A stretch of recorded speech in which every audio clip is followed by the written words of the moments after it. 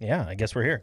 Another week in real estate. We have a pretty fun, and this is a very common conversation that we have week in and week out.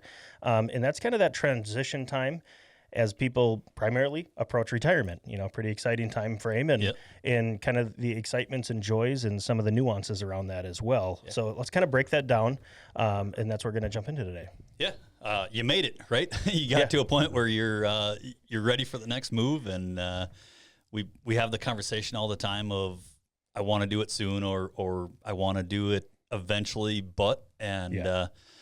it's fun conversation with where you're going next from maybe your house with a little bit of land and loving that peace and quiet, but you really want to just not have to have the pieces attached to that of like the working on the lawn and stuff like that, where you can go and travel more. You can go and, hang out with a group of friends at the pickleball court and like just kind of move without having to move, Right. I don't have to mow the lawn, that type of stuff. And so, we have the conversations all the time of we're ready for the next thing and how do we go about that, right? So yeah, and I think one big concern, I think some people, like when they have this thought in there is like, oh man, I'm getting old, or things are going to be challenging.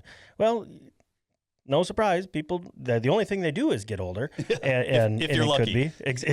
Exactly. But when we talk about some of these communities, we find that they're not really downsizing quality of life, because there are some awesome communities, like you mentioned, like pickleball courts. That's a very almost standard thing in new communities, like slab on grade townhome communities. There are even ones that are detached, so they feel like a single family home. You're not sharing a wall, but they still have the maintenance things like lawn care, snow removal, all the things you don't want to do anymore. Yeah. And it's just kind of a cool little transition in a demographic that, builders and communities are doing a great job of targeting right now. Yeah. I mean, playing into the conversation of, especially, I mean, a big part of this is talking baby boomers, right? Of people that, they have retired or they're going to retire and they're not old. I mean, they're not immobile. They're not having issues in most cases. I mean, every situation's different, but they just are kind of proactively planning for what's next and like, where are we going from here? And, those pickleball courts, those walking paths, little orchards in some situations, right? Where it's like, we still have plenty to keep us busy, and it's a fun next chapter to talk through, and we have the conversations all the time, and being in charge of those conversations and being premeditated with it is kind of half the fun of it. So that's a great point. I'll tell you, I'm speaking to the moms and dads here. I will tell you, if you are at a loss of what to get your kids for Christmas this year, it is meet with an estate planner. Yes.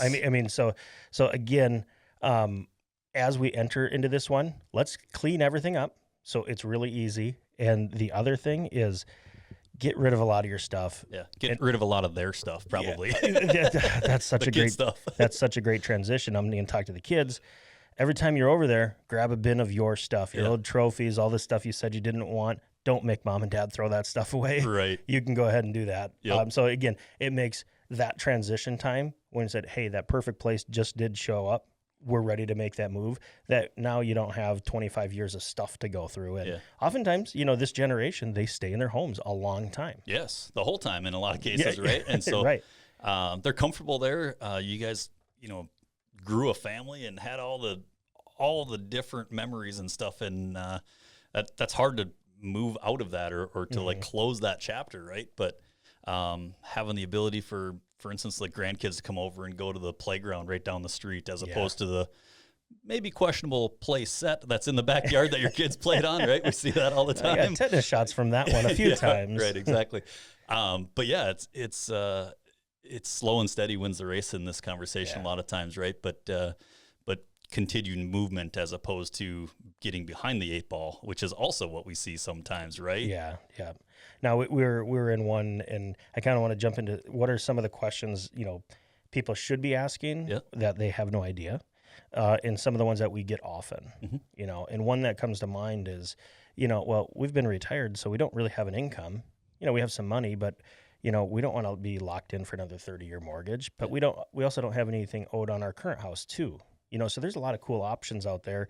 If you haven't heard of it, like a bridge loan, what's that? Yeah, so bridge loan basically bridges the gap, right, between selling and buying, and gives you the opportunity to basically have it's deeper than we're going to get here, but have the opportunity to get a mortgage for your next place and your current place at the same time. Yeah. Basically just allowing you to get into the next spot so that you don't have to sell your home first. Yeah. And get into like a really tight window of time and just have to settle for whatever's available at the time. So if you have more questions on that, reach out to us because there's deep components to it. I don't know if you have anything to add to that. Yeah, and there's about a zillion different options on how you can do it. Yeah. One of the most often ones that we use, and we have great resources here, is let's just say, for example, you do own your home free and clear. Mm-hmm. And oftentimes, not all the time, so please don't take that as all the time, is if you... I'm going to use examples here. Mm-hmm. If your home is worth $450,000 that you currently own and you own it outright, mm-hmm. and the home you want to go to is like $300,000 because that's just what they're selling for, is you're going to call that bank and say, hey, I actually want to take the $300,000 out of my current home, and I'm going to purchase that one free and clear. Mm-hmm. You do have some costs in there, like everything, but now when you go ahead and sell the home that you've owned outright, you're going to sell that and then pay that loan off as well. Mm-hmm. So again, it prevents from having to maybe dip into your savings or your retirement or anything like that. Or if you don't have any income, sometimes they just won't give you that mortgage. So it's just tying something to it. Yeah. Like you said, bridging that gap. That's one question. And then oftentimes that solves a lot of the other ones, saying, hey, let's move the stuff we want to right now and then worry about getting rid of some of that stuff. So that does solve one of those questions. How do we actually physically make this move with all this stuff that we have? Yeah, I mean, it's getting easier and easier along the way when you have like little pods that can get dropped off and you kind of pre-pack for the stuff from one spot to another. If you utilize like a bridge loan or are able to buy a second place without having to sell yours, not super common, but it is nice when that happens, Mm-hmm. where you can slowly move in and get everything situated. And you might decide to get new furniture for the new place, but you don't want to be doing that, dotting I's and crossing T's in a 24-hour window. You can get all set up, move over, and then go from there. So a lot of different avenues for kind of how that can play out. And again, it depends on your situation and stuff. Yeah. There's that term again. It depends. Yes. Again, so if you are asking some of these questions, our answer is almost always, it depends. Yeah. And that's why we're going to peel out a couple more questions of what we see. An example is one of the things I don't think people like hearing is like, well, I don't want to have to be contingent, or I want to put a contingent offer in. Yep. Well, the unfortunate and fortunate part about this demographic of buyer for this, we're talking about a pretty specific home, that slab on grade townhome, no steps, everything, all the amenities, is there are a lot of other competitors out there that can purchase it without having to sell. And that's why there are some of those other financing options like bridge loans or getting that mortgage. But I totally understand it's a whatever your risk tolerance is. Yeah. And nobody's ever going to be trying to push you out. Yeah.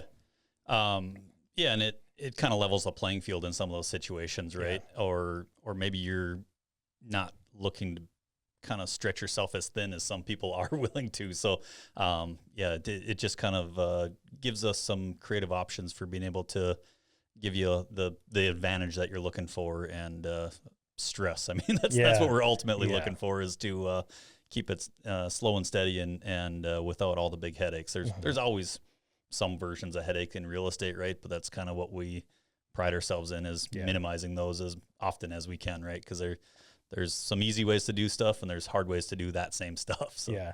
What's a realistic first step that either if you're the homeowner right now or your parents are doing this, what's a realistic first step that maybe an actionable point that we can leave with people? Yeah, I think,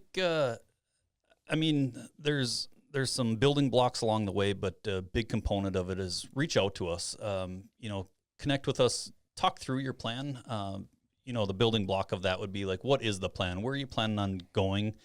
And a lot of people get so caught up on where they're going and what the next house needs to look like. I would start before that. What are you looking to benefit from that next move? Yeah. Write down that list of things. I want to have less maintenance. I want to have some fun stuff to do close to me without having to drive 20 minutes. Yeah. Now, get all of that stuff written down. Now see what that house looks like as opposed to kind of blindly thinking about what you want to do next. Make sure it's checking those boxes. And then when you start digging deeper into the house purchase process or looking, make sure you have that list handy because you kind of get sidetracked sometimes. Yeah, write it down. Yeah, write exactly. So, kind of have that premeditated conversation, whether it's, bringing the whole family in or just mom and dad talking through it together, or whoever is relative to the conversation. And then reach out to us. We are a good sounding board for that type of stuff. We've heard it a bunch of times. We've seen stuff that works, and we've seen situations where it doesn't work so well. So we kind of have some pros and cons as well. Yeah. Here's a little surprise that I think some people are taken back by. And, we're always thrilled to be asked, hey, can you come and help us? But there are also sometimes that we can't actually answer. If you are one of the kids, sometimes we can't talk about it with you. Yeah, without strict consent, permission from your parents. And they're always so almost offended. That it's like, hey, out of respect, it's the same way I can't talk about your house with your mom and dad. What are you hiding from me? We're not. We're just being confidential. But we can. What we do in that situation is, hey, let's find a time all together. Yeah. There, and there are some certain hurdles and jumps on that, but ultimately it's taking that guiding that parent and along with I got shut Boy, that almost there. got good for a second there. It is guiding all together. And ultimately, I think that's one big surprise in this transition that I think some kids are very, very shocked at that. And, there's certain rules that we have to follow. And sometimes it's a court order. Meaning like in a state, there's one person in charge, but we're always more than welcome of like, hey, if this is the wishes of the owner, yes, please involve these people. Yeah. That's I think that's one surprise I think people might not be fully aware of. Yeah, that's a great point because it does a lot of times it seems like it's confrontational or like there is some one-sidedness to it. Yeah. And that's a lot of times it's up to the family to make sure that portion of it is fluid, right? Yeah. We are obligated to confidentiality and things like that. So we'll talk to as many people in a room as needed or as wanted, but we also need to respect the other side of it too. So great point on that. Yeah. One other thing that popped into my mind as, we've been through this process and is one, you mentioned earlier, does it have to be that, hey, we have to hurry up and do this right now? Yeah. I would say, generally speaking, is this process is probably a 1 year, 2 year, 3 year. So certainly we can help you if you need to do this tomorrow. Yeah. But having a good educated plan, we're super happy to be a part of that as well. We've got some resources that we've got access to that maybe you don't know you need yet, whether it's cleaners or handymen or handywomen or stuff like that. Hey, here, how can we get your house looking the greatest again? And I think that's our ideal client of like, hey, we're your resource here. Yeah. Let's walk through this and set realistic expectations and timelines. And one thing that we do have is that seller prep guide, which is awesome. It's going to be in the description of this YouTube link here. It's a direct download. Use it. Again, it checkbox right there. It's like, so if you are heading over there for the holidays, if you're one of the kids, hey, let's check some of those boxes off if you don't want to move it later. So, but anyway, that's some things that people just don't think about in a transition time that affects everybody. Yeah, and to the point of reaching out to us and conversations, I would say 3 years is probably a pretty decent starting point for reaching out, conversation, bringing into the part of the game plan, because you might think that painting the walls is going to be a great idea. In a lot of cases it is, but it's not always necessary. But then sometimes the paint is maybe not a forward progress move, and then we come in at year 2.5 and like, ooh, that's a green wall. Yeah, so, very green. Yeah. I guess it's never too early, I guess, is to talk through it. But I would say even if you're in the next few years, let's start a conversation because then again, to the point of it being slow and steady, It's premeditated. It's easy. It's less headaches, as we mentioned before, and it makes the world of difference when it comes into that scenario. Let's back up a couple years now too. So these people they probably have adult children out of school. Yeah. Now let's back up just back a little bit. Maybe you've got kids in high school right now, 10th, 11th, 12th grade, and you're about to become quote unquote empty nesters. Yeah. Another good transition time to start having that conversation of like, yep, kids, they're going to school out of state. It's never our plan to be here. At least start having that plan. Yeah. Because again, a lot of this takes time to, hey, maybe some of these maintenance things we have been putting off because we didn't want to, or whatever, exactly. So again, just trying to think about that plan, forefront of just like, yeah, you do the same thing with your doctor's appointments, and your financial advisor is planning for the future. And I don't think real estate is any different. It's one of the larger assets that you have. Yeah. So exactly right. So it's the invitation of take a look at which chapter you're in, and give us a call. And again, we're going to give the advice of what the market's doing right now, but we might be able to peel out some of the conversation of what some people do in order to plan to make that next step super smooth, or as smooth as it can be. Yeah, and I think if you haven't seen a lot of our videos and stuff, you might just think in a real estate world, and in a lot of cases with agents, not all of them, but they want to talk about selling your house right now. That's not usually the straight answer. They want to talk about like where you're heading and what you're doing. Yes, we sell houses. That's the side effect almost to our job, but we want to talk through how it works well, how it's going to be as smooth as possible. So if we're talking 3 years ahead of time, we're not going to try and push it up to 6 months or 3 months, because that doesn't do anybody in the equation any good. Again, to your point earlier, if it needs to happen quick, it can. That can happen quick, but we're not going to just pull that line and try and see how fast you can make that happen. We want to be, again, smooth and steady, and so don't be hesitant in reaching out and starting that conversation. So take a deep breath and go, it's going to be okay. Yeah. I think the term is, a lot of people say, I don't want to waste your time. Yes. And I don't think I've ever felt like you're wasting my time, in these opportunities. I've never felt that. It's not even entering in my mindset.